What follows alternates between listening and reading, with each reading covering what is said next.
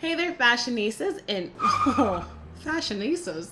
What's a fashionista? All right, for real this time. Hey there, fashionistas and future fashion moguls. My name is Crystal Lewis, and my company is Black Unicorn Merchandising. I run a full-service apparel design, factory sourcing, and manufacturing agency here in Dallas, Texas. My company helps designers and future brand owners like yourself who have a dream of owning a clothing line. But before you get too far down the line, I absolutely had to take a moment to discuss some pitfalls that a lot of new designers and new brands trip on when they're trying to start their clothing line. Don't worry, this is not a doom and gloom session. My goal is by the end of this video for you to feel more ready to start that clothing line, for you to basically look at this as a pre-game pep talk, and I'm your fashion coach. So strap in, take a look at this video, and get ready to start your clothing line like a pro. All right, first on the agenda of common pitfalls, not properly planning your budget. So we're gonna talk cash, cold, hard cash. We are talking about how much cash you really need to have on hand to launch a successful clothing brand.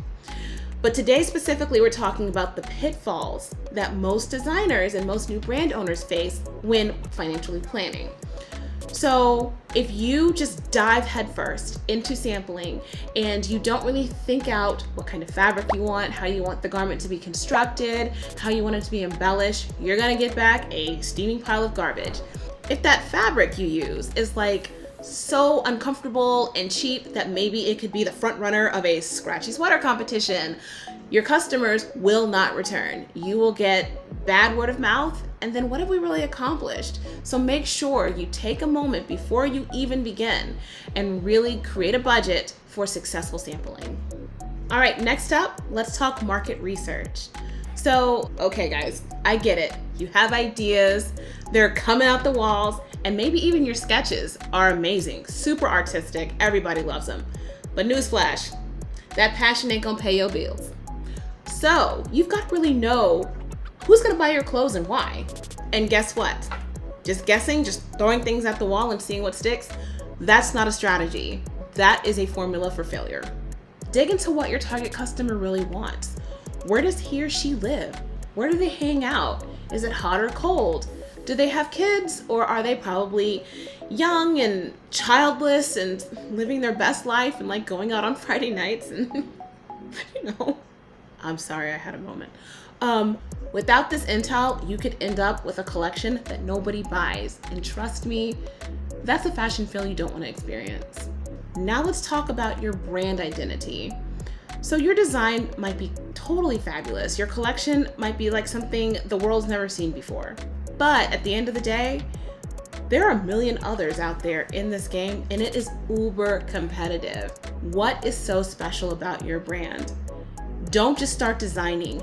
Figure out that special sauce before you even put pen to paper. Without really thinking through what makes me or my brand so special could end up making your brand the best kept secret. And we don't want that now, do we? No. All right, pitfall number 4. Let's talk business development. You might be a whiz with that sketchbook and some colored pencils, like you might be able to draw your tail off. But at the end of the day, running a clothing line is a business. We're talking production schedules, inventory management, finances, bookkeeping. Have you ever heard of the phrase death by inventory? That's right, it's a real thing. Too much inventory could mean that you're overspending and then you don't have the money when you need it to pay your vendors, to pay your employees, and so on and so on. Too little inventory means you're missing out on sales, so you're not able to really grow and expand your brand the way that you want to. Don't even get me started on cash flow management.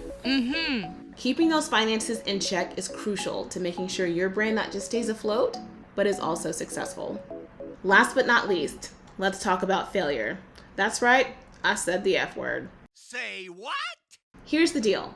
A failure in fashion is not always the end of the story. Sometimes it just means learning from your mistakes, picking yourself up, and never making the same mistake twice. Don't let the fear of the fumble get you down. Embrace your mistakes, learn from them, and come back stronger. And there you have it, my fashion friends.